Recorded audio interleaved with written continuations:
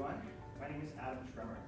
If you would have met me in my youth, you would have met an overly zealous religious teenager who was in the closet and struggled with an unbearable level of shame on a daily basis.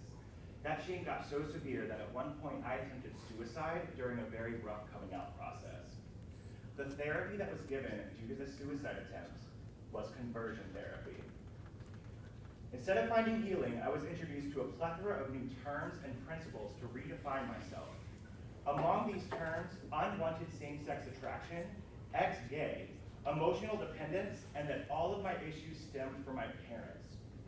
Conversion therapy broke my identity down to nothing, and it took me 8 years before I finally sought healing through real affirmative counseling to heal from these flashbacks, painful memories, and trauma. It took so long because not only did I still have that shame, but I did not trust the mental health community anymore. But it's only because I sought this real affirming counseling that I'm even able to stand before you today and talk about this. So let's talk about these terms. Unwanted same-sex attraction. Now the word unwanted is a very heavy adjective, y'all, because I did not want to feel this shame. Same-sex attraction referred to how I experience attractions to men, which sounds intuitive, but let me explain. By saying that I struggled with same-sex attraction, I was taught that I was separating from a gay identity into what is called the ex-gay identity.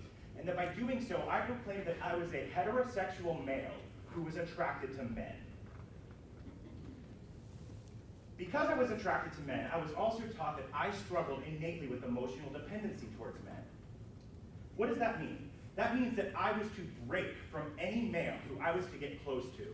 As you can imagine, that led to some very serious issues when it came to making male friends, and dating was even worse.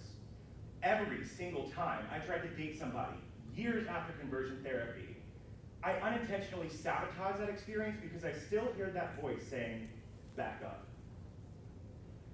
Whew.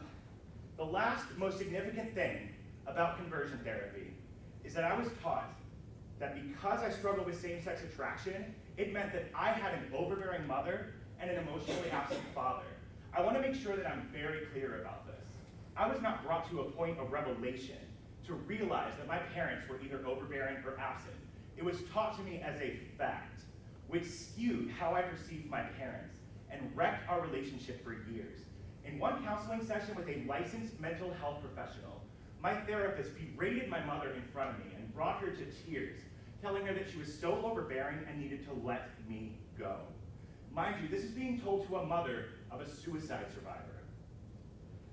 It took us years to heal from this before I finally sought to seek help through therapy, and nobody should ever have to go through therapy because of therapy. So thank you so much for considering this regulation to protect us from happening to other children. Thank you.